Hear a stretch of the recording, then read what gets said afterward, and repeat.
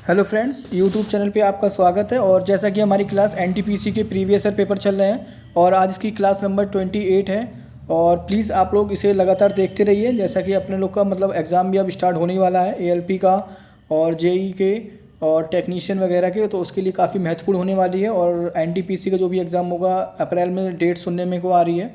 जब तक हम लोग ये CBT 1 2021 कंप्लीट कर चुके होंगे और फिर उसके बाद 2016 के CBT 1 स्टार्ट करेंगे। और प्लीज़ आप लोग हमारे चैनल को लाइक और सब्सक्राइब करते रहिए। तो आइए स्टार्ट करते हैं हम लोग। पहला जो क्वेश्चन है हल्की और ज्वलनशील होने के कारण गैस का उपयोग गुब्बारों को उड़ाने के लिए किया जाता है। ठीक है, तो पहले जो क्वेश्चन का जो आंसर होगा क्लोरीन, नियॉन, हीलियम और ऑक्सीजन। जो इसका सही आंसर होगा ऑप्शन नंबर जो सी है, इसका सही आंसर होगा। निम्नलिखित में से कौन सा अम्ल क्या है आई वॉश का एक घटक है। निम्नलिखित में से कौन सा अम्ल आई वॉश का एक घटक है? तो इसका जो सही आंसर होगा बोरिक अम्ल जो होता है, ऑप्शन नंबर सी इसका सही होगा। और बोरिक अम्ल का जो सूत्र होता है H3BO3, ये इसका उपयोग आंख को धोने या साफ करने के लिए किया जाता है। इसे हम कहते हैं आई वॉश, बोरिक अम्ल। नेक्स्ट क्वेश्चन क्या कहता है, निम्नलिखित में से कौन सा उपग्रह सुविधा अत्याधुनिक डेटा अधिग्रहण प्रणालियों से सुसज्जित है जो विभिन्न उपग्रहों से डेटा प्राप्त करती है? तो ये होता है आपका ऑप्शन नंबर जो डी होगा, इसका सही आंसर होगा। क्वेश्चन नंबर 4 पे आते हैं, इनमें से कौन सा तरल पदार्थ आंत से अवशोषित वसा को ग्रहण करता है और अतिरिक्त कोशिकीय स्थान से वापस रक्त में ले जाता है? तो ये कौन सा होता है? ये इसका जो सही आंसर होगा ऑप्शन नंबर जो बी है, लसिका, इसका सही आंसर होगा। रक्त में लगभग 55% भाग प्लाज्मा और 45% भाग रक्त कणिकाओं से बना होता है। रक्त प्लाज्मा में जो मौजूद होते हैं वो आपके प्रोटीन, फाइब्रिनोजन, प्रोथ्रोम्बिन और हिपेरिन होता है। और प्लाज्मा में लगभग 90% जल होता है और प्रोटीन 0.9% तक होते हैं। ठीक है, और नेक्स्ट क्वेश्चन है, कैश मेमोरी कहाँ स्थित होती है? कैश मेमोरी होती है आपकी सीपीयू में। ऑप्शन नंबर जो डी है, इसका सही आंसर होगा। मानव में अमाशय में कौन सा अम्ल उत्पन्न होता है? मानव में जो अमाशय है, कौन सा अम्ल उत्पन्न होता है? लैक्टिक अम्ल, सल्फ्यूरिक अम्ल, हाइड्रोक्लोरिक अम्ल और सिट्रिक अम्ल। तो इसका जो सही आंसर है ऑप्शन नंबर जो सी है, हाइड्रोक्लोरिक अम्ल, इसका सही आंसर होगा। आगे चलते हम लोग। भारतीय संविधान के किस अनुच्छेद के तहत सार्वजनिक नियोजन के मामले में अफसरों की समता की गारंटी प्रदान की गई है? तो ये जो है आपका अनुच्छेद जो 16 है, इसका ये सही आंसर होगा। अनुच्छेद 16 में भारतीय संविधान के भाग 12 से 35 तक मौलिक अधिकार से संबंधित है।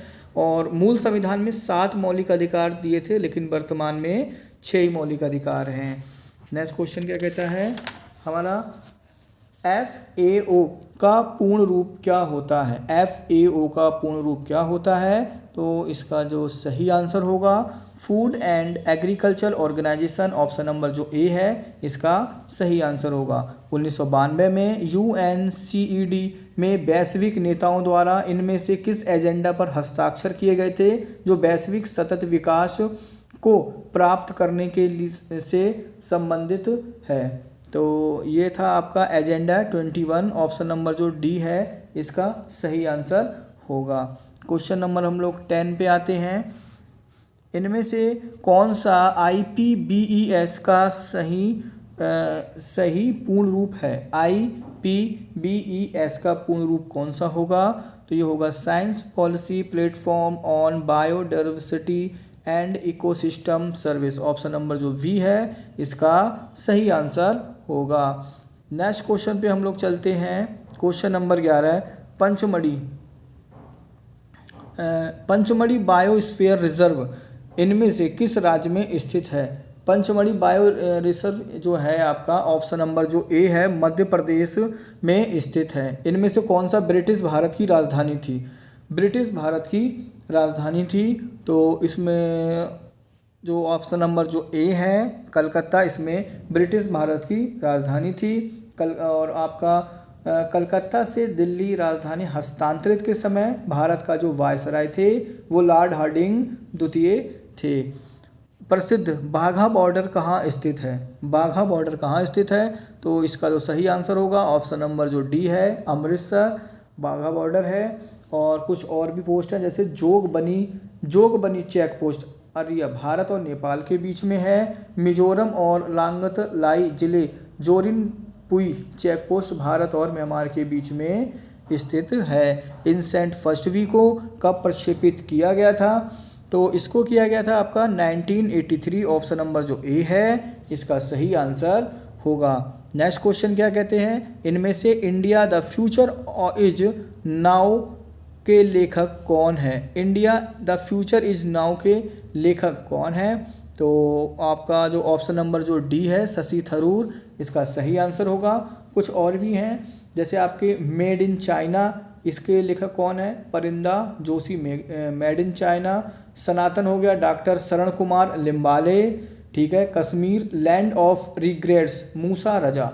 कश्मीर लैंड्स ऑफ रिग्रेट्स जो है मूसा रजा। क्वेश्चन नंबर 16 पे क्या कहते हैं, सरिया कानून समुदाय से संबंधित है। सरिया कानून किससे संबंधित है? तो आपका जो ऑप्शन नंबर जो बी है, मुस्लिम समुदाय से संबंधित है। आर्थिक रूप से कमजोर वर्ग के लिए सरकारी नौकरियों और उच्च शिक्षा में 10% आरक्षण लागू करने वाला पहला राज्य कौन बना है? तो ये बना है आपका ऑप्शन नंबर बी, गुजरात जो है पहला राज्य बना है। आर्थिक रूप से कमजोर वर्ग को जनवरी 2019 को गुजरात में सर्वप्रथम लागू किया गया और 103वां भारतीय संविधान संशोधन अधिनियम 2019 के द्वारा इसे आरक्षण दिया गया, ठीक है। क्वेश्चन नंबर हम लोग आते हैं 18 पे। निम्नलिखित में से भारत के द्वितीय प्रधानमंत्री लाल बहादुर शास्त्री की स्मारक कौन सी है? लाल बहादुर स्मारक जो है यह है आपका ऑप्शन नंबर जो बी है, विजय घाट जो है वो लाल बहादुर शास्त्री का स्थल है। और भी देख लेते हैं, जैसे हम लोग राजघाट की बात आ जाए, राजघाट में क्या है? राजा का मतलब महात्मा गांधी, वो राजघाट है। शांतिवन जो हमेशा शांत रहते हैं, शांति मतलब एक शांतिवन आपका जवाहरलाल नेहरू हो गया। शक्ति स्थल, शक्ति जिसमें पावर होती है, ये हो गया हमारा इंदिरा गांधी हो गई। और अभय घाट मतलब मोरारजी देसाई। वीरभूमि राजीव गांधी। सदैव अटल अटल बिहारी वाजपेयी। चैत्र भूमि वी आर अम्बेडकर, ठीक है। नेक्स्ट क्वेश्चन पे चलते हैं। पुरातात्विद वी लाल ने मेरठ जिले के हस्तिनापुर में कब खुदाई कराई? तो ऑप्शन नंबर जो डी है आपका 1951 से 52 में पुरातात्विद बी लाल ने मेरठ जिले में हस्तिनापुर में खुदाई कराई थी। आनंदपुर शाही प्रस्ताव कब पारित किया गया था? आनंदपुर शाही प्रस्ताव जो था आपका 1973 में पारित किया गया, 1973 में पारित किया गया। बाबर ने इब्राहिम लोदी को कब हराया था? हमारा जो 21वां क्वेश्चन है, बाबर ने इब्राहिम लोदी को कब हराया था? तो ये था आपका पानीपत का पहला युद्ध। पानीपत का 1526, ऑप्शन नंबर जो डी है इसका सही आंसर होगा। और जो आपका पानीपत का प्रथम युद्ध हो गया। और आपका अगर जैसे दूसरा युद्ध पूछ ले, खानवा का युद्ध कब हुआ था? खानवा का युद्ध 1527 में हुआ था, राणा सांगा एवं बाबर के बीच में। खानवा के बाद आपका युद्ध होता है चंदेरी का युद्ध 1528 में, मैदानी राय और बाबर, ठीक है, चंदेरी का युद्ध। फिर चंदेरी के बाद होता है घाघरा का युद्ध। घाघरा का युद्ध हुआ महमूद लोदी और बाबर के बीच में, 1529 में। और इन सब में ही आपका बाबर विजयी हुआ था, ठीक है। क्वेश्चन नंबर 22, असहयोग और खिलाफत आंदोलन कब शुरू किया गया? असहयोग आंदोलन और खिलाफत आंदोलन आपका ऑप्शन नंबर जो बी है 1920 में शुरू किया गया था। सितंबर 1920 में कलकत्ता में संपन्न भारतीय राष्ट्रीय कांग्रेस के विशेष अधिवेशन महात्मा गांधी के, ठीक है। नेक्स्ट क्वेश्चन क्या है? द डार्क बाउंड्री वाले सेल को एक्टिव सेल कहा जाता है। डार्क बाउंड्री वाले सेल को एक्टिव सेल कहा जाता है। तो ये होता है आपका MS एक्सेल, ऑप्शन नंबर जो सी है इसका सही आंसर होगा। 24, ONGC इनमें से किस क्षेत्र के अंतर्गत आता है?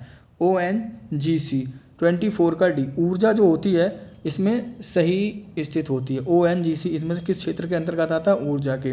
प्रदान की गई सेवाओं में एवरेज में सेनावृत्ति के समय नियोक्ता द्वारा कर्मचारी को दी जाने वाली राशि को क्या कहा जाता है? प्रदान की गई सेवाओं के एवज में सेवानिवृत्ति जो हो जाते हैं उनको हम क्या कहा जाता है? 25 का जो ए है ग्रेच्युटी होती है। ऑप्शन नंबर जो ए होगा ये इसका सही आंसर होगा। 26 जो कहता है प्रथम लोकसभा चुनाव कब नियोजित किया गया था? प्रथम लोकसभा जो चुनाव है 1951 से 52 में। कैश मेमोरी कहाँ स्थित होती है?